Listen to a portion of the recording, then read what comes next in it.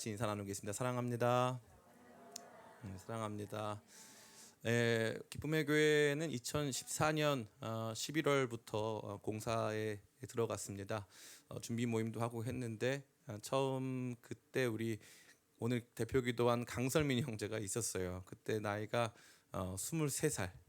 23살인데 23살 때 같이 교회 개척해가지고 내년에 31살이 됩니다. 31살이 되는데 참 생각해 보면은 기쁨의 교회 시작부터 지금까지 하나님의 놀라우신 은혜였다라는 생각을 하지 않을 수가 없습니다. 한 사람이 이제 청년기를 지나서 이제 결혼도 하고 좀 있으면 아빠가 되는 이러한 시간이 지나린 만큼 기쁨의 교회도 그러한 시간 가운데 함께 오고 여기까지 이른 줄 믿습니다. 모든 것이 하나님의 은혜고 또 기도할 때 보니까 뭐 거의 장로님을 지금 약간 본인이 야망을 가지고 있습니다. 기쁨의 교회 1호 장로가 되겠다라고 하는 자기가 또 개척 멤버다라고 하는 어떤 특권 의식과 잘못된 마음이지만 그래도 굉장히 사모하는 마음을 갖고 있는데 장로 직분을 사모하는 것은 좋은 것입니다. 그래서 참 저런 좋은 마음으로 함께하고 있는 우리 귀한 청년들이 있기에 우리 교회에 소망이 있고 또 여러분도 그렇게 좋은 교회에 다니고 계신 줄을 믿습니다. 2021년 오늘이 마지막 주일입니다. 우리 전우자 여러분 같이 좀 인사 나눠볼까요? 한 해 동안 수고 많으셨습니다. 네, 수고 많으셨습니다. 아마 여러분들 요즘 교회 제일 많이 오시죠? 1년 중에 교회 제일 많이 나와야 되는 날인데 막 힘들잖아요. 어저께도 보고 금요일 날도 봤는데 어제도 봤고 오늘도 봤고 또 31일 날도 보는데 또 저기 1월 2일 날도 봐야 되고 하는 교회에서 연중에 교회 제일 많이 나오는 그런 기간인데 이 기간에 평상시 받지 못했던 은혜 더 많이 받으시고 충만해지시길 간절히 원합니다. 오늘은 말씀드린 바와 같이 2021년 마지막 주일입니다. 하나님께서는 시간의 변화라는 꼬리표를 딱딱딱 붙여주셔가지고 우리가 그 시간의 흐름을 감지하고 그 시간의 흐름을 통해서 의미를 얻도록 하셨습니다. 특별히 겨울이라는 계절과 특별히 마지막이라고 하는 오늘 이 시간의 의미가 우리에게는 아마도 끝 또 마지막 이러한 의미들을 연상시킬 것 같습니다. 여러분 끝 하면 무슨 생각이 드세요? 다 끝이다 그러면은 어떤 생각이 드십니까? 이제 다 끝이야 라고 딱 말하는 순간 아마 어떤 사람들은 후회, 아쉬움, 벌써 끝났어? 이럴 수도 있을 것 같고요. 또 어떤 사람들은 끝이 감사와 만족의 시간이 될 수도 있을 듯 합니다. 여러분들은 어떠한 쪽이십니까? 성경은 우리에게 믿음의 사람들이 끝을 어떻게 바라보는가에 대해서 말해주고 있습니다. 우리가 끝이 다가왔을 때 그것이 1년의 끝이건 하루의 끝이건 우리 인생의 끝이건 우리에게 끝이 다가왔을 때 이것을 우리가 어떻게 바라봐야 하는가에 대해서 성경이 저와 여러분에게 가장 중요한 안목을 제공하고 있는 것입니다. 아무쪼록 이 말씀 듣는 가운데 끝을 대하는 우리의 태도를 마음 가운데 간직함으로 말미암아 하루를 또 1년을 또 우리 평생을 그 끝 앞에서 당당하고 멋있게 살아가는 저와 여러분 다 되시기를 예수님의 이름으로 축원합니다. 오늘 본문 말씀이 우리 가운데 주는 끝에 대한 첫 번째 교훈은 바로 나의 끝을 겸허히 받아들여라 라는 것입니다. 나의 끝을 겸허히 받아들여라. 오늘 이 말씀은 요셉이 이제 자기의 자녀들에게 자기의 자손들에게 해주는 마지막 유언의 말씀입니다. 24절 말씀이 이렇게 되어 있어요. 요셉이 그의 형제들에게 이르되 나는 죽을 것이나 아멘. 나는 죽을 것이나 요셉이 그 형제들에게 말합니다. 나는 죽는다라는 거죠. 나는 죽는다. 참 흥미로운 말씀이 아닐 수 없습니다. 나는 죽는다. 나는 결국 죽을 것이다라고 하는 일종의 선언이고 인정입니다. 나는 결국 죽는다. 나는 모든 사람들이 가는 길로 간다. 나의 삶에는 끝이 있다. 나는 한계가 있다. 영원한 젊음은 없다. 영원한 기회는 없다. 언젠가 반드시 끝을 맞이할 수밖에 없고 나는 지금 바로 그 끝에 서 있다라고 하는 어마어마한 선언과 인정이 요셉 앞에 드리워져 있습니다. 이러한 나의 끝을 겸허히 인정하고 받아들이는 태도는 요셉에게만 나타난 것은 결코 아니었어요. 그의 아버지였던 야곱도 똑같이 고백합니다. 창세기 48장 21절 22절 말씀이 준비되어 있습니다. 같이 한번 읽어보겠습니다. 시작. 이스라엘이 요셉에게 또 이르되 나는 죽으나 하나님이 너희와 함께 계시사 너희를 인도하여 너희 조상의 땅으로 돌아가게 하시려니와 내가 내게 내 형제보다 세겜 땅을 더 주었나니 이는 내가 내 칼과 활로 아모리 족속의 손에서 빼앗은 것이니라. 아멘. 야곱도 똑같죠. 나는 죽으나 나 죽는다. 나 죽는다. 안 죽을래. 살고 싶어. 후회가 돼. 아쉬워. 슬퍼. 이게 아니에요. 겸허하게 나 죽어. 나는 지금 이제 죽을 거야. 내 육신의 생명은 이제 끝났어. 여기까지가 내가 할 역할이었어. 여기까지가 나에게 주어진 시간이었어. 라고 자기 자신의 죽음과 마지막을 아주 겸허하게 또 평정심을 가지고 받아들이는 요셉 또 야곱의 모습을 우리는 볼 수 있습니다. 참 이들의 삶을 보면서 이 땅에서의 그들의 자신의 삶에 대한 집착이 없는 것을 볼 수 있어요. 집착이 없어요. 안 죽고 싶어 하는 집착이 없어요. 이제 마지막 때가 딱 도래했을 때 나는 이제 죽는다라고 하는 것을 인정하는 거죠. 사람이 가장 지혜로워지는 순간이 바로 그때예요. 대기업 그룹 총수 부인이 계셨어요. 제가 너무나도 여러분에게 많이 말씀드렸잖아요. 이재철 목사님의 책 매듭짓기에 나오는 내용이에요. 대기업 재벌 총수 사모님이 있었어요. 암에 걸려가지고 이제 시한부 인생을 선고받았습니다. 그래서 병상에 누워 있는 거예요. 그러니까 이제 우리 보통뿐이 아니시니까 주변에서 유명하다고 하는 목사님들, 스님들, 신부님들 다 모인 거예요. 그래가지고 한 분 한 분씩 가가지고 자기들 종교에 할 수 있는 것들을 다 한 거죠. 그 중에 이제 이 재벌가 사모님하고 친했던 분들 중에 크리스찬들이 있던 거예요. 그래서 아주 유명했던 이재철 목사님을 한 번만 목사님 가셔서 복음을 좀 전해주세요. 한 번만 가셔서 기도해주세요라고 초청을 해가지고 목사님이 안 가고 싶은데 등 떠밀려가지고 어쩔 수 없이 시한부 인생을 선고받은 대기업 사모님께로 다가간 거예요. 문이 딱 열려요. 옆에서 도와주시는 분이 사모님 목사님 오셨어요 그랬어요. 그러니까 이 사모님이 뭐라고 했냐면은 가시라 그래. 가시라 그래. 지긋지긋한 거예요. 수많은 스님들, 신부님들, 목사님들 다 왔다 가고 자기의 생명의 문제, 자기의 질병의 문제는 누구도 해결하지 못하는데 옆에 와서 깔짝깔짝 대는 게 너무나도 귀찮고 이제는 너무 지친 거예요. 그래서 가시라 그래. 그랬다는 거예요. 그걸 듣고 있던 이재철 목사님이 예 사모님 저 갑니다. 그런데 사모님 곧 죽어요. 이랬다는 거죠. 그때 잠시 정막이 흐른 다음에 그 사모님이 뒤를 딱 돌면서 돌아 누우면서 그럼 어떻게 해야 되는데요? 거기서부터 출발한 거예요. 그럼 어떻게 해야 되는데요? 사모님은 결국 죽습니다. 괜찮아요, 나을 거예요가 아니에요. 사모님 결국 죽어요. 사람은 다 죽습니다. 거기서부터 어마어마한 마음의 열림이 시작된 거예요. 아 그렇구나. 내게도 끝이 있는 거구나. 2021년 한 해도 처음 시작할 때는 영원히 지속될 것 같았는데 우리가 이 한 해 동안 결단했던 수많은 것들이 있지 않습니까? 그러니까 이 시간이 한참 동안 지속될 줄 알았는데 어느덧 시간은 흘러서 끝을 맞이한 거예요. 젊음의 시간도 끝을 맞이하게 되는 것이고 우리가 할 수 있는 건강이 남아있는 시간도 끝을 맞이하게 되는 것입니다. 그것을 맞이하는 우리의 태도가 슬프고 아쉽고 답답하고 어렵다면 그것은 지혜로운 사람들의 삶의 모습이 결코 아닌 것이죠. 인생의 계절을 맞이하면서 내게 주어진 모든 끝들에 대해서 겸허히 받아들이는 지혜롭고 탁월한 우리 모든 성도님들 다 되시기를 예수님의 이름으로 축복합니다. 주님 그렇습니다. 내 삶에도 이제 한 번의 계절이 지나왔습니다. 청년이라는 계절이 지나 아저씨 아줌마라는 계절이 지나 할머니 할아버지라는 계절이 지나서 이제는 내 힘으로 아무것도 할 수 없어서 그저 병상에 누워 있어야 하는 그런 시간들도 올지 모릅니다. 주님 저의 인생의 계절은 그렇게 지나고 있습니다. 저는 곧 끝을 맞이하게 될 것이고 이게 제 삶의 마지막입니다. 우리가 봤을 때 이것은 굉장히 나약해 보이는 것이지만 반대로 이것을 거부하는 것이 훨씬 나약한 것이에요. 어린아이가 중학교 안 갈래, 고등학교 안 갈래. 너 초등학교 때 갖고 있던 거 지금 갖고 있으면 안 돼. 싫어. 나는 계속 이 자리에 있을 거야. 나는 영원히 동심을 유지할 거야. 가장 바보 같은 모습이죠. 성장은요, 끝을 받아들이는 거예요.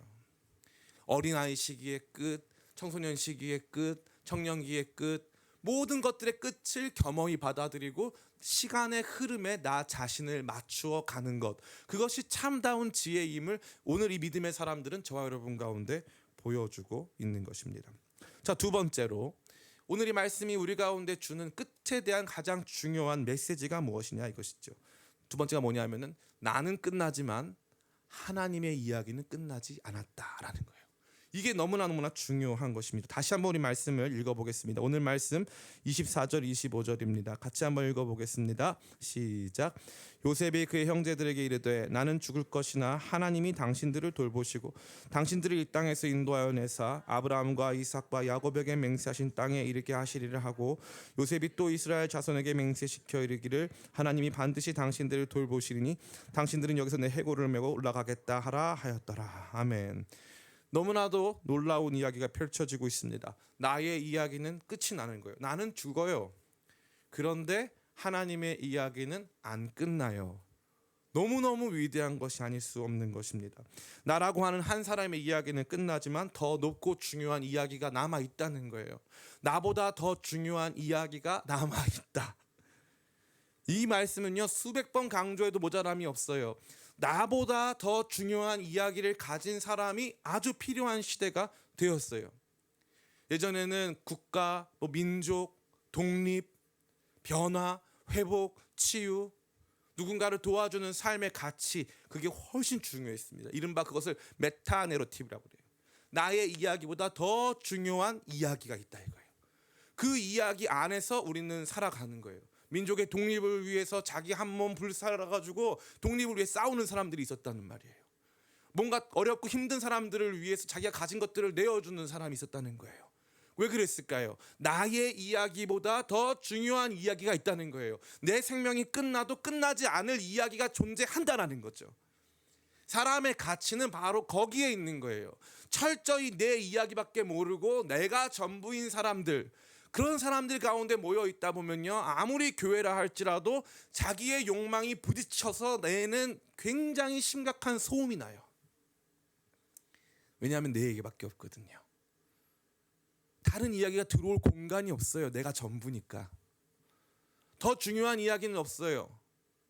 최근에 한 환경미화원 아저씨가 15년 동안 8천만 원을 기부했대요. 환경미화원 아저씨가. 어떻게 기부를 했냐? 청소를 하면서 이렇게 쓰레기를 수거하는 과정에서 동전이 많이 나온다는 거예요. 그 동전을 다 모아가지고 다 기부했다는 거예요. 왜 그렇게 했을까요? 세상에 나의 이야기가 전부가 아니기 때문에. 내가 전부가 아닌 거예요. 너무너무 중요한 거예요. 너무너무. 저는 목회하면서 슬픔을 느낄 때가 참 많아요. 많은 성도님들이 자기 이야기에만 몰입하고 있어요. 자기 이야기에만. 내가 얼마나 슬픈가, 내가 얼마나 힘든가, 내가 얼마나 잘났나. 요즘에 이 어린아이들 상담하시는 분들 얘기 들어보면요, 아이들이 딱 두 부류래요. 지나치게 높은 자존감을 가지고 있는, 나르시즘에 빠져 있는 아이들, 내가 최고야, 내가 짱이야, 내가 제일 멋있어 이러고 있는 애들. 반대 애들은 그런 너무 위축돼가지고 아무것도 할 수 없다라고 생각하리만큼 무너진 자존감을 가진 그 두 아이들밖에 없다는 거예요. 그 두 아이들의 특징이 뭔지 아세요? 모두 자기의 이야기 안에 갇혀 있다는 거예요. 제가 봤을 때 이요한 목사를 저 객관적으로 제가 거울로 딱 봤을 때 저는 제가 느끼기에는 제가 그 좀 찌질해 보이고 못날 때가 있잖아요. 제가 찌질해 보이고 못날 때가 언제냐면은 제가 제 이야기에 갇혀 있을 때예요. 제 이야기에 갇혀 있을 때. 우리 기쁨의 교회는 참 재밌어요. 기쁨의 교회 예산은 좀 부족해요. 그런데 누구 섬길 때는 이번에도 우리 아프가니스탄 선물 2천만 원 넘게 보냈죠. 일산 세자매 아빠 엄마 잃어버려가지고 자기들끼리 살아가야 하는, 엄청난 부채 속에 살아가야 하는 일산 세자매를 위해서 걔네들 용돈 우리가 우리 교회에서 한 사람당 한 달에 10만 원씩 360만 원 보냈어요. 후암동에 여기 미취학 계열 아이들, 이 어려운 아이들 학원비 우리가 200만 원 지원했습니다. 정작 우리 교회는 그렇게 써본 적이 없어요. 왜 그럴까요? 기쁨의 교회의 아름다움이 뭐가 있어요? 제가요, 담임 목사로서 교회 운영에 대해서 어려움을 느낄 때가 많아요. 교회 운영에 대해서 어려움을 느낄 때가 많은데 그때 제 모습이 어떤, 거울 보면은 세상 찌질해요. 세상 찌질해. 그때는 막 성도님들 잡아다 앉혀가지고 막 혼내고 싶어요. 세상 찌질한 모습이죠. 멋대가리가 하나 없어요. 그런데 기쁨의 교회라고 하는 이야기, 저라고 하는 제가 가졌던 결핍과 상처에 대한 이야기에 매몰돼 있다가 갑자기 하나님의 이야기를 만나는 거예요. 야, 아프가니스탄에서 애들이 왔다는데 걔네 전도할 텐데, 전도해야 될 텐데 그냥 말로 전도하면 되겠냐? 걔네 크리스마스인데 선물 주자. 그거 제가 꿈꾼 꿈이 아니라 주님의 말씀이 주신 거거든요. 말씀으로. 그러면은 삶이 달라져요. 근사하고 멋있는 사람이 되는 거예요. 요즘 몸짱들은 많아요. 패션 감각은 얼마나 좋은지. 전 세계에서 한국 사람들이 옷을 제일 잘 입는데요. 제일 잘났어요. 건강을 얼마나 챙기는지 몰라요. 그런데 나의 이야기만 있고 하나님의 이야기, 사람들의 이야기, 눈물 흘리고 아파하고 죽어가는 한 아이의 이야기는 우리의 삶에 들어올 자리가 없는 거예요. 여러분, 죽을 때요, 죽는 그 순간에 사실 죽을 때 뭐가 이제 남겠습니까? 체면 차리겠습니까? 죽을 때 멋있는 말 남기고 죽어야지, 이런 사람이 있을까요? 내가 하는 마지막 말이니까 신경 써서 멋있는 말로 남겨야 되겠다. 그런 사람 없어요. 진짜 자기가 나오는 거예요. 진짜 나. 내가 평생 추구했던 진짜 나. 진짜 나는 누구냐 이거예요. 여러분, 거울을 보고 대답하세요. 진짜 여러분은 누구냐 이거예요. 여러분의 결핍, 여러분의 잘못된 욕망, 그런 거울을 보면서 그거 표출하고 있는 괴물 같은 나를 만나고 있는 건 아닐까요? 단 한 번도 하나님 나라 이야기는 꿈꿔본 적도 없고, 하나님께서 원하시는 삶이 무엇인가에 대해서 고민해 본 적도 없고, 하나님과는 상관없다 할지라도 최소한 인간으로서 내가 누군가 다른 사람의 이야기를 짊어지고 살아가는 존재로 한 번도 살아본 적이 없다면 그것은 굉장히 비참한 것이고, 여러분 삶의 모든 것을 이뤘다 감히 말할 수가 없는, 미안한 말이지만 저차원적 삶입니다. 하나님의 사람들은 그렇게 살지 않습니다. 백성의 눈물을 닦고 아파하고 힘들어하는 사람들의 손을 잡아주고 주님께서 원하시는 뜻을 위하여서 우리 자신의 이야기를 희생할 줄 아는 사람들, 결국 내가 하고 싶었던 말이 무엇이냐? 나는 여기서 죽지만 하나님 나라의 이야기는 계속된다 이거예요. 그 이야기 속에 너희가 있다. 자녀들아 들어라. 우리의 이야기는 끝나지 않았다. 너희들을 통해 하나님의 역사가 남아있다.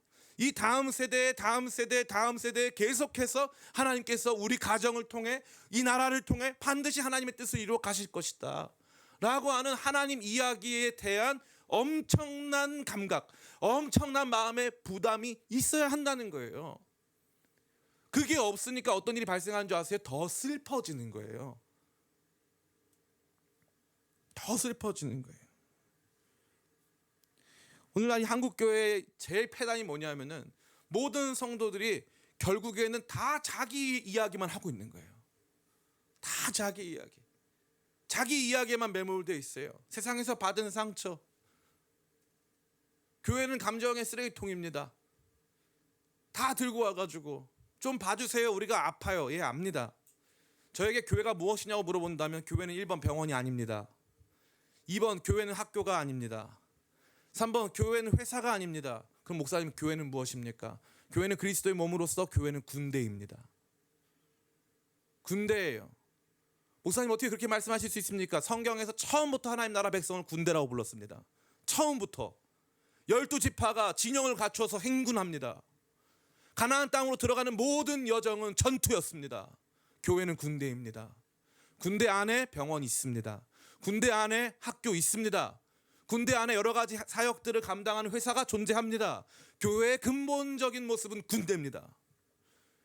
이것을 잃어버린 채 군인이, 자기 목숨을 위해 싸우는 군인이 있다면 얼마나 비참합니까? 군인은 그 작전을 위해서, 국가를 위해서, 타인을 위해서 싸우는 거 아닙니까? 제가 목회하면서 제일 힘들었던 게 뭐냐면, 이요한 목사님은 너무 교회를 선교단체처럼 한다. 선교단체는 뭐고 교회는 뭔가요? 교회는 어떠해야 합니까? 제가 묻고 싶습니다. 교회는 어떠해야 합니까? 아무 일도 시키면 안 됩니까? 교회는 어떠해야 합니까? 여러분의 응석을 다 받아줘야 합니까? 교회는 어떠해야 합니까? 교회는 어떠해야 합니까? 우리가 싸워야 할 더 중요한 싸움이 있다고. 지금도 원수의 공격이 파상적으로 우리 가운데 이루어지고 있으니 전신갑주를 입자고. 그래서 그 싸움을 지속하자고. 우리가 만약 이 전장에서 전사했을 때 그럼에도 불구하고 이 전투는 계속될 것이고 우리는 승리할 것이라고 말하는 것, 너무 자연스럽고 너무 타당하고 너무 옳은 것 아닐까요? 제가요, 이 동성들끼리 오해하지 마시고 들으세요. 동성들끼리, 같은 성을 가진 사람들끼리 그 어떠한 성적 감흥 없이 진정으로 사랑하는, 가장 사랑하는 공동체 하나를 알아요. 이게 뭔지 아세요? 전우예요. 전우. 우락부락한 남자들이 군대 가가지고 진짜 전쟁을 펼치면서 옆에 전우가 막 쓰러져 죽어가요. 그러면 막 오열을 해요. 평생 잊지 못해요. 평생. 그 사람 이름 석자까지 평생 못 잊습니다. 왠지 아세요? 같이 싸웠거든요. 같이 차 마시고 어렸을 때 같이 소꿉놀이한 친구들 이름 다 잊어버려요. 그런데 같이 하나님 나라를 위해서 싸웠던 사람들의 이름은 못 잊습니다. 교회가 이 야성을 잃었어요. 왠지 아세요? 하나님 이야기가 안 들려요. 내 얘기가 제일 중요하니까. 나 좋은 집 살고 나 좋은 차 타고 내 멋대로 살고 싶은 얘기가 전부니까 하나님 나라 이야기가 안 들려요. 위대한 선교의 이야기 같은 건 들리지 않습니다. 지금도 열방 각처에서 이 코로나 시국에도 나가서 전쟁하듯 복음 전하고 있는 분들의 이야기 들려오질 않아요. 내 얘기밖에 없으니까. 작은 질병 하나, 작은 결핍 하나에 반응하면서 교회 위에 섬기고 교회 위에서 내가 뭔가 해야 되지 않겠냐고 부담감 갖는 사람 하나도 없어요. 너무 아쉽습니다. 돈은 조금 내요. 마음은 조금 드려요. 그러나 삶으로 함께 하진 않아요. 요셉은 죽으면서 말합니다. 나는 죽지만 이 위대한 전쟁은 계속될 것이고 하나님께서 당신들을 약속하신 그 땅에 이르게 할 것이다. 하나님의 이야기는 계속된다. 이것이 우리 모든 믿는 사람들이 반드시 가져야 되는 내용입니다. 그래서 그것을 보세요. 정치 얘기 재밌으시죠? 정치 얘기가 우리 가운데 정책 때문에 재밌는 것도 있지만 사실 정치 얘기 자체가 재밌어요. 정치 얘기만 재밌습니까? 스포츠 얘기도 재밌지 않으세요? 올림픽 열리면은 여러분 한 번도 혹시 저 컬링장 가서 컬링 해봤다. 우리 윤예은 자매가 그럴 확률이 있는데 별의별 걸 다 해봤거든요. 그래가지고 컬링 가봤다. 우리 컬링장 가본 적도 없어요. 컬링이라는 종목을 TV에서 처음 봤죠. 근데 왜 응원합니까? 왜 소리 지르고 좋아해요? 사실 룰도 잘 모르잖아요. 탁탁 점수 많이 아나운서가 좋아하니까 우리도 오막 같이 좋아해. 이게 뭔지는 잘 몰라. 근데 막 이겼다고 막 좋아해요. 우리나라니까요. 유튜브 보면요, 전 세계가 감동하고 뭐 무릎을 꿇고 한 대한민국 그 얘기 맨날 나오잖아요. 그거 왜 재밌어요? 우리나라니까 재밌죠. 여러분 이야기세요? 아니잖아요. 근데 우리나라 이야기니까 재밌는 거예요. 한국 역사가 왜 재밌어요? 우리나라 역사니까 재밌잖아요. 역사도 재밌고 세상 돌아가는 것도 재밌고 정치가 재밌는 이유는 그게 나를 구성하는 나보다 더 중요한 이야기라는 사실을 우리가 인정하기 때문이에요. 근데 신자로 살면서 하나님 나라의 이야기, 하나님께서 이루어가실 위대한 미래에 대한 이야기에 조금도 관심 없으면서 살아간다. 그럼 비나이다 천지신명께 비나이다랑 뭐가 다릅니까? 수능 전날에 803 갓바위에 오르는 거랑 뭐가 다른 거예요? 세상의 모든 종교는 기도를 합니다. 그럼 우리의 기도가 그들과 뭐가 다릅니까? 하나님 나라 이야기가 없는데 뭐가 다릅니까? 다른 게 아무것도 없다 이거죠. 미신이죠. 아론이 금송아지를 만들었어요. 금은 좋은 거고 송아지는 성실한 거니까 우리를 도와주는 거니까 각종 좋은 이미지를 다 갖다 붙였어요. 그리고 거기다가 이렇게 말합니다. 오늘 여호와의 성일이니 너희들을 구원한 여호와의 성일이니 춤추고 노래하자. 사람들이 막 춤추고 노래해요. 그 금송아지 보고 여호와라고 하는 거죠. 하나님 말씀은 관심 없어요. 하나님 역사는 관심 없어요. 그냥 내 멋대로 내가 믿고 싶은 대로 믿는 거예요. 내 이야기가 제일 중요하니까. 목사님이 아직 젊어서 인생 안 살아봐가지고 삶이 얼마나 힘든데 제가 잘 압니다. 삶이 힘든 거. 그래서 저는 포기할 수가 없어요. 기쁨의 교회가 이렇게 가다가는 10년, 20년 되면 아무도 안 남습니다. 그래도 포기할 수가 없어요.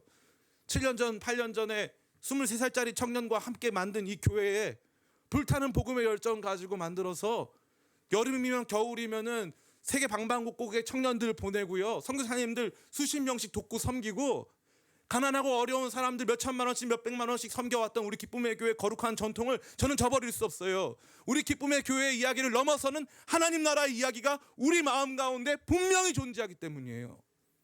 저는 죽습니다. 여러분도 언젠가 다 죽으실 거예요. 무엇을 남기겠습니까? 우리가 할 수 있는 역할은 무엇이 되겠습니까? 왜 교회는 선교단체와 달라야 합니까? 선교단체보다 더 강력한 힘을 가지고 하나님 나라 위해서 전진하고 행동하고 하나님 나라 이야기를 품는 우리 교회 여러분 모두가 되시기를 예수님의 이름으로 축원합니다. 세 번째입니다. 놀라운 것은 첫 번째는 나의 이야기는 끝난다 이거예요. 나의 이야기는 끝난다. 그것을 받아들여라. 두 번째는 그런데 하나님 나라 이야기는 안 끝난다 이거예요. 세 번째 이야기가 중요한데 끝나지 않은 하나님의 이야기에 나의 이야기가 아직도 남았다 이거예요. 목사님 이거 너무 이상해요. 왜냐하면 처음에는 내 이야기는 끝났다면서요. 예, 여러분 육체의 이야기는 끝났죠. 그러나 여러분은 육체만 가진 존재가 아니에요. 따라해볼까요? 나는 영원 불멸. 우리는 영원히 죽지 않아요. 누군지 나를 믿는 자는 죽어도 살겠고. 주님께서 말씀하세요. 우리는 육체적으로는 죽을 수 있지만 우리의 영혼은 죽을 수 없어요. 그래서 우리는 다시 육체와 함께 부활하는 거예요. 이걸 누가 믿었어요? 요셉이 정확하게 믿었어요. 우리 같이 말씀 읽어보겠습니다. 25절입니다. 같이 읽습니다.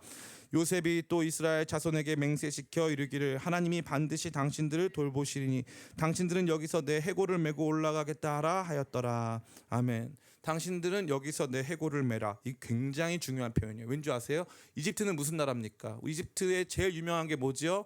예, 그렇습니다. 바로 피라미드예요. 피라미드는 뭐가 들었어요? 피라미드는 이집트의 집권자들의 미라가 들어있죠. 무덤입니다. 엄청나게 큰 무덤이에요. 이집트는 과거로부터 영혼 불멸을 믿었어요. 그래가지고 이 시체 보존 기술에 대해서는 지금까지 아마 이집트를 따라갈 수 있는 문명은 없을 거예요. 그래서 요셉은요, 이 당시의 총리였기 때문에 이 왕이 아닌 사람들도 피라미드를 만들어요. 총리였기 때문에 이 요셉은 당시에 미라가 돼가지고 이 이집트 내세관, 이집트 세계관에 따르면은 영혼 불멸한 곳에 있게 되는 거예요. 그런데 이집트에서 거의 평생을 살았어요. 요셉이 10대 중반에 이집트에 와가지고 110세에 죽었으니까 100년을 이집트에서 산 거예요. 이집트 종교의 영향을 받았을 거예요. 반드시 그러한 방식으로 살아야 하는 조건들이 놓여져 있을 거예요. 그런데 흥미롭게 뭐라는 거예요? 여기서 내 미라를 가지고 가나안으로 하나님께서 역사하실 그 땅으로 나를 데려가라 이 말이에요. 나는 죽었는데 그까지 시체 가져가면 뭐해? 아니, 나는 그 땅에서 부활할 거야. 나는 여기에 속하지 않았어. 너희를 통해 나의 남은 이야기가 완성될 거야. 언제가 하나님께서 그 모든 일을 이루실 때 나도 그 자리에 있을 거야. 이게 우리가 받는 소망입니다. 다음 세대를 바라보며 우리 기쁨의 교회와 같은 젊은 교회를 바라보며 여러분이 품을 수 있는 소망은 뭐예요? 저는 가끔 그런 이야기를 해요. 성도님들 눈 감으실 때 우리 교회가 어떤 모습이었으면 좋겠어요? 그냥 이렇게 교회 운영하는 거 걱정하고 우리끼리 행복하게 떡 해먹고 우리끼리 그냥 즐겁고 행복하고 그런 교회를 원하세요? 아니면 하나님 나라 가운데 쓰임받는 교회가 되기를 원하세요? 왜 그러세요? 그러면 나의 이야기가 나는 육신으로는 죽어요. 하나님 나라 이야기는 지속돼요. 그러면 나랑 하나님 나라 이야기가 분리되네요. 그죠? 육신으로 죽은 나와 계속 진행되는 하나님 나라 이야기가 분리되잖아요. 그런데 어떻게 하는 거예요? 나를 이 나라의 이야기에 데려가 줘라 이거예요. 나는 그곳에서 부활하고 나는 그곳에서 하나님 나라 역사 가운데서 남아 있을 것이다 라는 것입니다. 애굽 사람들이 뭐라고 하든 나는 이 땅에 속하지 않았다 이거죠. 사랑하는 성도 여러분, 저는 여러분 모두가 이러한 부활 신앙 가운데 주님께서 주신 은혜에 충만하시길 간절히 바랍니다. 이 장례식 집례를 하다 보면요, 일종의 종교 배틀이 붙어요. 한쪽에서는 스님, 한쪽에서는 신부님, 한쪽에서는 이제 목사님들이 이제 집례를 하지 않습니까? 언제나 승자는 교회예요. 언제나 압도적으로 다른 종파가 절대 따라올 수가 없어요. 왜냐하면은 우리는 부활을 믿기 때문에. 우리는 부활을 믿기 때문에. 우리가 그곳에서 올려드리는 믿음은 그렇게 뜨거워요. 장례식장마다 우리가 느끼고 경험하는 것은 무엇이에요? 바로 거기서 부활의 힘을 느끼는 거예요. 거기서 힘을 느끼는 거예요. 그렇기 때문에 사랑하는 성도 여러분, 세상 풍조는 나날이 갈리어도 우리 믿음 지키며 우리의 이야기가 하나님의 때까지 완전히 이르게 될 것을 믿고 고백하는 저와 여러분 되기를 간절히 원합니다. 이제 말씀을 마칩니다. 2021년 한 해를 마무리하며 감사한 일, 아쉬운 일, 후회되는 일, 또 기억하고 싶지 않은 일 등등 참 많은 일들이 있으셨을 거예요. 그러나 이제 그것은 과거에 묻어야 돼요. 지나간 날은 다시 돌아오지 않습니다. 우리는 우리에게 매일 주어지는 끝이라고 하는 이 개념을 겸허하게 받아들이는 지혜와 평정심을 가져야 할 것입니다. 또한 동시에 나의 삶은 끝나지만 시간의 흐름과 함께 나의 이야기는 모두 지나가지만 하나님의 이야기는 끝나지 않음을 믿음의 눈으로 보게 되는 저와 여러분 다 되시기를 예수님의 이름으로 축원합니다. 또한 그 이야기에 정말 이루어지는 나의 이야기, 정말 우리가 맞이하게 될 영광의 미래의 이야기가 있음을 소망하며 바라보는 진짜 참 그리스도인들 다 되시기를 예수님의 이름으로 축원합니다. 아멘. 이 시간 찬양 하나 같이 부를까요?